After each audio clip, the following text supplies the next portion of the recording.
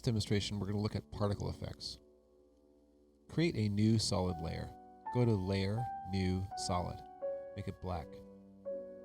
Particles are transparent or composite effects that need to be attached to a layer. Go to the Effects panel and search for Particle. Drag the Particle World effect onto your solid layer.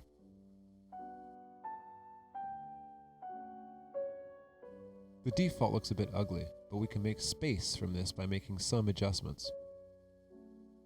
The first adjustment is the birth rate and longevity. Bring those to 2. This refers to how many particles are produced and how long they last. In the producer, change the X radius to 1.5, the Y radius to 2.5, and the Z radius to 2.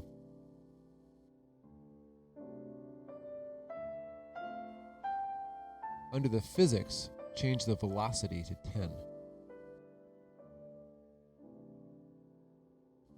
The gravity to 0.050. This makes a big difference. And the resistance to 4.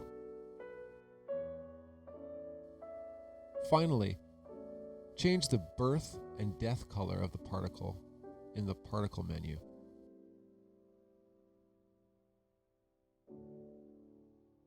And voila, space.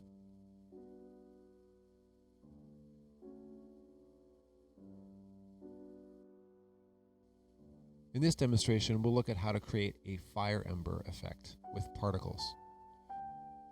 Create a new solid layer. Go to Layer, New, Solid. Make it black. Go to the Effects panel and search for Particle. Drag the Particle World effect onto your solid layer. And here are the adjustments you can make. Change the birth rate to 0.1. Change the longevity to 2. In the producer, change the Y position to 0.50. Change the X radius to 0.5. Change the Y radius to 0.75.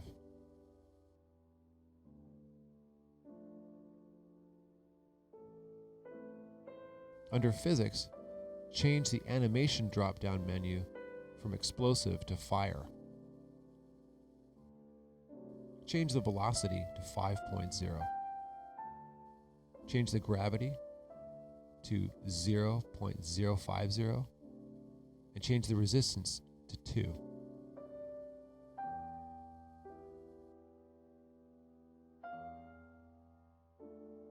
Download a file from mitchmartinez.com into your project folder. Import it into After Effects. Drop it into your composition and scale it to 60.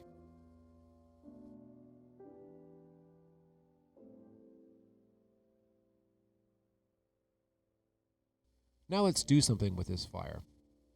Download an image into your project folder and import it into After Effects.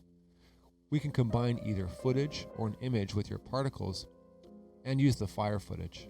Much like Photoshop, we can use transfer modes to combine layers seamlessly, but in After Effects with the addition of animation and time. At the bottom of the composition layers, there is a bit of text, Toggle Switch Modes.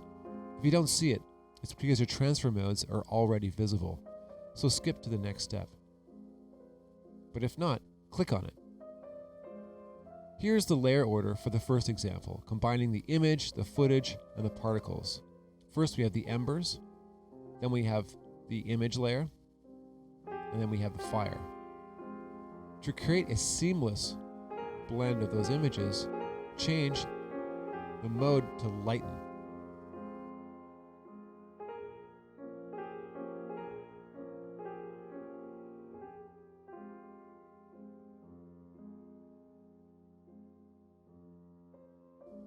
Now in another example, we can change the layer order and embed the image into the footage of the fire. For that, the layer order should be fire, the image, and then the embers. And this time, create a Luma matte for the image.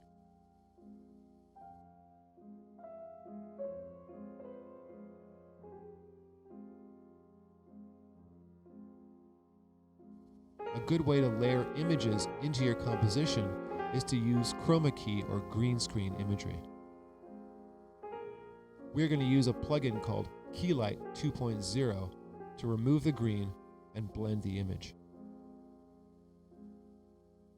Download the dinosaur and the New York City street scene, import it into After Effects. The footage should be at least HD, 1280 by 720. Double-click on the street scene to bring up the clip window. Use the bracket marks to find a good clip. Do the same with the dinosaur.